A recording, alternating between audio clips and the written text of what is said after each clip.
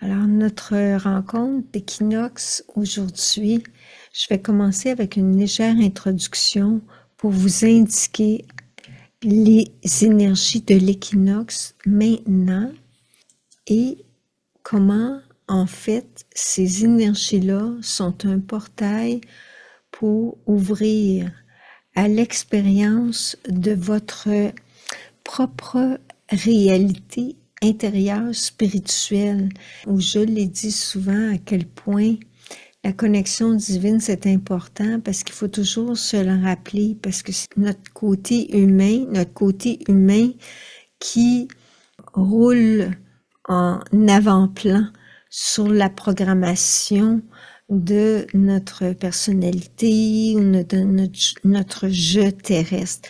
Puis parce que c'est cet ensemble de programmation-là qu'on a créé, qui vient de notre bagage familial et tout ce qu'on pourrait appeler notre situation dite karmique, qui vient de notre incarnation, que ce soit bon ou moins bon, c'est pas juste négatif le karma. Ça, c'est ce qu'on connaît de nous-mêmes. Mais quand on veut tout le temps amplifier notre connexion divine, on se retrouve à entrer dans un nouvel espace, l'espace Kéros dont j'ai déjà parlé, qui est l'espace sacré de notre être, où on peut sentir l'expansion de la conscience de notre être. Et c'est là que de nouvelles énergies peuvent rentrer en nous, qui vont pénétrer nos cellules et amener des nouvelles données qui vont nous aider à modifier nos patterns comportementaux qui nous nuisent. Fait qu'on se rend de plus en plus compte que une partie de nous qui se nuit à elle-même, qui est la partie qui reste plus embrigadée dans ses propres retours de comportement qui ne la fait pas monter en vibration. En ce moment, il y a un changement de la position de la Terre par rapport au soleil galactique, qu'il appelle le soleil d'Alcyone, le soleil central de l'univers, c'est-à-dire que la Terre est le plus près de ces rayons-là qui viennent du soleil central, qui fait qu'on reçoit plus d'énergie cosmique, il y a plus de luminosité, peut-être qu'on le voit pas explicitement dans le ciel, parce qu'il y a toutes sortes de manipulations météorologiques, mais il y a vraiment ça pareil, parce que on peut le ressentir intérieurement.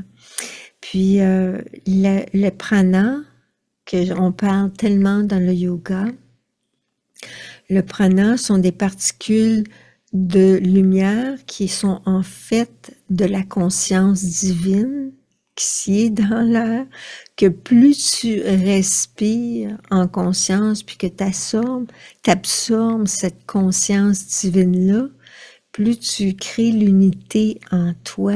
Fait que c'est pour ça que c'est tellement important de respirer. Puis le souffle, c'est l'intermédiaire entre ton corps physique et le niveau spirituel de ton être. Fait que si tu coupes le souffle, si tu n'es pas consciente de ton souffle, ça te coupe plus de la part spirituelle, la part esprit de ton être.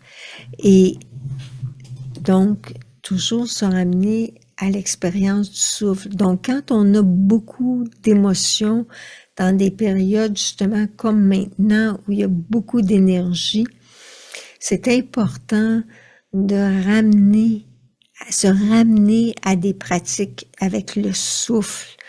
Et là, ça va changer notre état vibratoire. Donc, c'est la base. Ensuite, entrer dans l'intention et la volonté et la décision d'entrer en connexion avec le soi supérieur.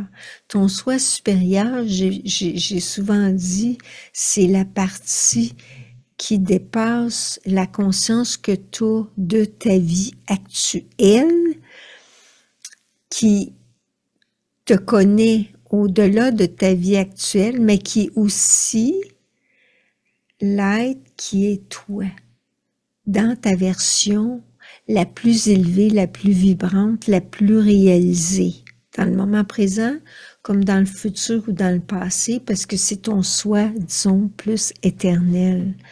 Fait que c'est cette partie-là que quand tu connectes avec, tu te permets d'entrer dans un nouvel espace où là, tu peux transcender les programmations habituelles de ton ego. Et c'est ça qui te transforme. C'est vraiment ça qui te transforme. Fait que c'est pas ton intellect qui te transforme, c'est ton être profond. Et quand tu fais ça, la seule chose à faire, c'est que tu n'as rien à faire. C'est que tu t'enlèves juste du chemin. Ton ego, il s'enlève du chemin. Fait que c'est juste ça que tu as à faire. C'est d'ouvrir d'abord le portail de ton corps. Hein? Tu ouvres le portail de ton corps, ça veut dire quoi? Ça veut dire que tu prends conscience de ton corps. Dans le yoga, ce qu'on fait, c'est qu'on fait des mouvements pour délier le corps. Une des choses que ton corps, il veut, c'est bouger, se détendre. Fait que, tu sais, prendre en compte cela. Il peut pas tout le temps rester assis, par exemple, ton corps. C'est important que quand je parle de ces choses-là, que vous soyez pas, disons, distrait par d'autres choses ou, mettons, en train de faire autre chose ou de regarder votre téléphone, dérouler des images, peu importe. C'est important de rester attentif parce que ça exprime votre intention. À quel point je vais être dans l'intention aujourd'hui d'être dans ma connexion avec mon soi supérieur.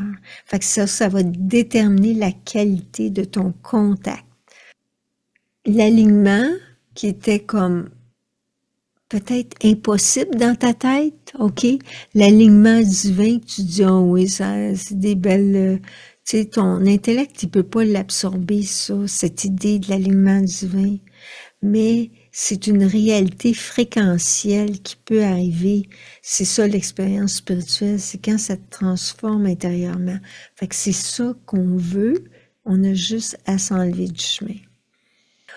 Et les pensées et les comportements qui te rendent faible, tu veux-tu continuer à t'identifier à ça? Ou tu veux choisir les vertus de courage, de foi, de vaillance, etc. Fait que tu sais, ça réside juste dans ta décision. Choisis, décide d'entrer dans ta maturation intérieure et de ne plus être esclave des émotions qui te nuisent le plus, les émotions ou les pensées.